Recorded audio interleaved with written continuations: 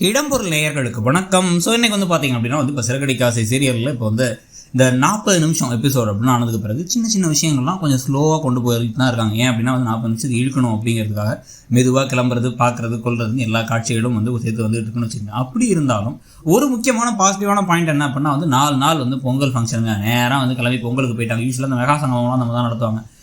கிளம்பி போயிட்டாங்க. கிளம்பி போனால் அங்கே அந்த உரியடிக்கிற ஃபங்க்ஷனில் ஒரு அரை நாள், அதுக்கப்புறம் பார்த்தீங்க அப்படின்னா அந்த வழுக்கு மர ஏறதில் ஒரு அரை நாள் அப்படின்னு சொல்லிட்டு ஒவ்வொரு ஃபங்க்ஷன் ஈவெண்ட்டுமா வைக்காமல் கதையில் அட்லீஸ்ட் முன்னாடி கொண்டு போயிட்டுருக்காங்க. ஏன்னா இப்போ இந்த இடியாப்ப சிக்கல் அப்படிங்குவாங்களா, அந்த மாதிரி ரோஹிணி தனக்குத்தானே இந்த ஒரு பொய்யை மறைக்க 9 பொய்ன்னு சொல்லிட்டு மாட்டிகிட்டே இருக்காங்க. பல விஷயங்களை மாற்றி இது பண்ணிட்டு இருக்காங்க. இப்போ இந்த பக்கம் வசீகரனை சமாளிக்கணும், இந்த பக்கம் பியூட்டி பார்லரை வித்தாச்சுங்கிற உண்மையை சமாளிக்கணும், சத்யா கையில் மாட்ட போகிறாங்க. இதில் இல்லாமல் பார்த்தீங்க அப்படின்னா ஒருத்தரை வேற அங்கேருந்து கூட்டுறாங்க, சென்னையில் இருக்க ஒருத்தரையே மலேசியா மாமான்னு கூட்டுறாங்க. யோசிக்காமல் என்ன அப்படின்னா என்னைக்காச்சும் ஒரு நாள் திருப்பி வர யாராச்சும் எங்கேயா பார்த்துட்டா அதை வச்சு என்னென்ன பிரச்சனைகள் வரும் அப்படிங்கிற யோசனை இல்லாமல் ஒன்று. ஸோ இந்த மாதிரி இவங்க அம்மாவை வச்சு சொன்ன பொய்கள் இந்த மாதிரி ஒன்று மாற்றி பேசிகிட்டு இருக்காங்க. இதெல்லாம் சேர்ந்து வெடிக்க போகும்போது தான் பெருசாக வெடிக்க போகுதுன்னு வச்சுப்போம்.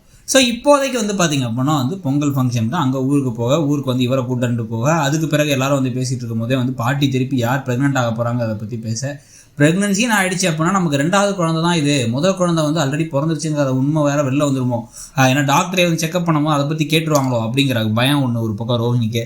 இன்னொரு பக்கம் பார்த்தீங்க அப்படின்னா இங்கேருந்து நான் எனக்கு கிராமத்துக்கே வர பிடிக்கல அப்படின்னு சீன் போட்டு வர சுதி கல்யாணத்துக்கு முன்னாடி கூட நம்ம எல்லாத்துக்கும் பிடிச்ச கேரக்டராக இருந்தாங்க. இப்போ அவங்களே ஒரு குட்டி அனாயிங்கான வில்லி கூட இல்லை, ஒரு அனாயிங்கான கேரக்டராக மாறிட்டாங்க. அதை வச்சு என்ன நடக்க போகுது அப்படிங்கிறத பொறுத்து இருந்து பார்க்கணும்.